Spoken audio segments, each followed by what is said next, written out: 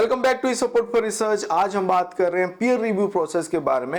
Along with that will try to understand the publication process.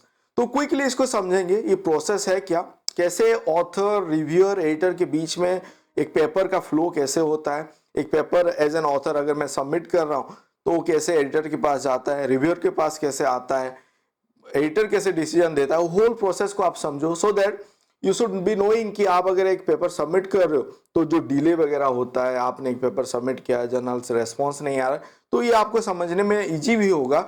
And जो peer review process है, जो journal index है, web of science, scoopers और reputed indexing body पे, वो peer review process follow करते हैं, प्रेडिटरी जर्नल वगैरह फॉलो नहीं करते हैं। You all know about UGC care list and UGC का जो रिसेंट गाइडलाइन भी है, वहां पे बताया गया है कि दो यूजीसी केयर लिस्ट अभी हट गया, बट जो भी जर्नल पे आप सबमिट कर रहे हो, one of the parameter is कि जर्नल और publisher should follow peer review process. तो टाइप ऑफ पीयर रिव्यू क्या है, इसको समझते हैं। यहाँ पे मैंने जो कंटेंट लिया है बीएमजी से मैंने लिया है, आपका बायोमेड सेंट्रल से, एंड जो कंटेंट यहाँ पे इट इज ऑलमोस्ट सिमिलर। अगर आप स्प्रिंजर पे जा रहे हो, एल्सेवियर पे जा रहे हो, दूसरा भी कोई भी पब्लिशर पे जा रहे हो, similar kind of thing they also do. तो यहाँ पे टाइप पहले समझते हैं। The first type is open peer review. मतलब अगर ओपन पीयर रिव्यू है तो यहाँ पे क्या होता है, reviewer and author are known to each other. आप देखो, and this journal publish the reviewer comment and previous version of the manuscript alongside the accepted paper. तो ये ओपन पीयर रिव्यू हो गया। तो सेकंड टाइप क्या है, सिंगल एनोनिमाइज्ड पीयर रिव्यू। तो यहाँ पे क्या है, हिडन होगा। क्या हिडन है यहाँ पे, the name of the reviewer are hidden. तो ऑथर को पता नहीं है कि रिव्यूअर कौन है। You should be know, you know, एक तो हो गया सिंगल साइडेड, हम बोलते हैं इसको भी, जहां पे कि हिडन होता है रिव्यूअर का डिटेल, बट ऑथर का डिटेल पेपर पे रिफ्लेक्ट होता है। और क्या है, यहाँ पे जो थर्ड टाइप है डबल, यहाँ पे डबल हिडन हो रहा है। यहाँ पे एनोनिमस कौन रहता है, आपका बोथ रिव्यूअर एंड, यहाँ पे आप देखो रिव्यूअर एंड ऑथर दोनों को नहीं जानते हैं, दोनों का नाम हिडन रहेगा। मतलब आप जब सबमिट कर रहे हो, आपके पेपर पे आपका नाम भी आपको नहीं रखना है, एक टाइटल पेज रहता है वहां पे रहता है, और पेपर आपका स्टार्ट होता है टाइटल से, एब्स्ट्रैक्ट रहता है, बाकी सब कंटेंट रहेगा, एंड आपका डिक्लेरेशन वगैरह पे भी नाम नहीं रहता है। तो ये हो गया डबल हिडन टाइप, मतलब डबल साइडेड हो गया। एंड हम ब्लाइंडेड भी बोलते हैं कहीं पे, you might be knowing about it. यहाँ पे ट्रिपल एनोनिमस जब हो रहा है, और ट्रिपल मतलब यहाँ पे जब हाइड हो रहा है, क्या क्या हाइड हो रहा है, जो हैंडलिंग एडिटर है वो भी हाइड होता है, रिव्यूअर तो होगा, ऑथर भी होगा। मतलब जब पे आप सबमिट कर रहे हो, आपका सबमिशन प्लेटफॉर्म पे जो हैंडलिंग एडिटर है उसका डिटेल रहता है, बट इस केस पे अगर ट्रिपल एनोनिमाइज्ड पीयर रिव्यू है और ब्लाइंडेड पीयर रिव्यू है, दैट मीन्स वहां पे तीनों के बारे में पता नहीं। तो ये है आपका different type of peer review, जो कि डिपेंड करता है कौन सा जर्नल, कौन सा पब्लिशर, कौन सा क्या फॉलो कर रहा है, and that will be available in their website, journal की वेबसाइट पे अवेलेबल रहता है। नाउ लेट्स अंडरस्टैंड ये जो होल पीयर रिव्यू प्रोसेस है, ये अगर आपने समझ लिया तो आपको बहुत सारा जो आपके मन पे क्वेरी होता है, क्योंकि मुझे बहुत सारा क्वेरी आया था रिगार्डिंग दिस कि सर रिव्यूअर के पास से चला गया, एडिटर क्यों रेस्पॉन्ड नहीं कर रहा है, एडिटर अभी हमारा 2 रिव्यूअर से अच्छा कमेंट है, क्यों रिजेक्ट हो गया, all that I think you can able to understand. तो अभी इसको समझते हैं। पहले क्या है, यहाँ पे ऑथर आप हो, हम यहाँ पे अपना पेपर सबमिट किए, तो फर्स्ट स्टेप क्या है, ये जाएगा पहले यहाँ पे सबमिशन प्लेटफॉर्म और एडिटर प्लेटफॉर्म के थ्रू आपने सबमिट किया, एडिटर के पास जाएगा। यहाँ पे जब एडिटर के पास गया, यहाँ पे आपका हैंडलिंग एडिटर रहते हैं और एसोसिएट एडिटर रहते हैं और असिस्टेंट एडिटर वगैरह रहते हैं। They will first screen it, initial यहाँ पे वो स्क्रीन करेंगे। इनिशियल स्क्रीनिंग पे वो देखेंगे कि जर्नल स्कोप पे है नहीं है, आपने सब कुछ फॉलो किया है नहीं किया, जो भी गाइडलाइन है जर्नल का, अगर वो सही है तो फिर वो भेजेंगे नीचे। किसको भेजेंगे, रिव्यूअर के पास भेजेंगे। कौन भेज रहा है, एडिटर भेज रहा है, असिस्टेंट एडिटर हो सकता है, एसोसिएट एडिटर हो सकता है, मतलब वो डिपेंड अगेन कर रहा है। कहीं पे असिस्टेंट एडिटर प्री स्क्रीनिंग वगैरह करता है, वो फिर एसोसिएट एडिटर को असाइन करता है, एसोसिएट एडिटर फिर असाइन करेगा रिव्यूअर को।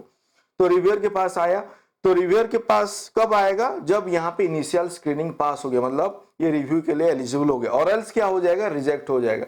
यहाँ पे अगर इनिशियल रिजेक्शन हो रहा है तो आपको देखना है कि वो लोग आपको अलाउ कर रहे हैं नहीं कर रहे हैं दोबारा सबमिट करने के लिए, वहां पे भी डेस्क रिजेक्शन वगैरह होता है।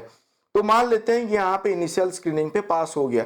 अभी कहाँ पे आ गया, आपका आ गया अभी रिव्यूअर के पास। रिव्यूअर यहाँ पे एटमैक्स 2 और 3 और 4 डिपेंड कर रहा है ज्ञान जर्नल के ऊपर, उसको असाइन होगा। उनका कमेंट के लिए फिर वेट करेंगे।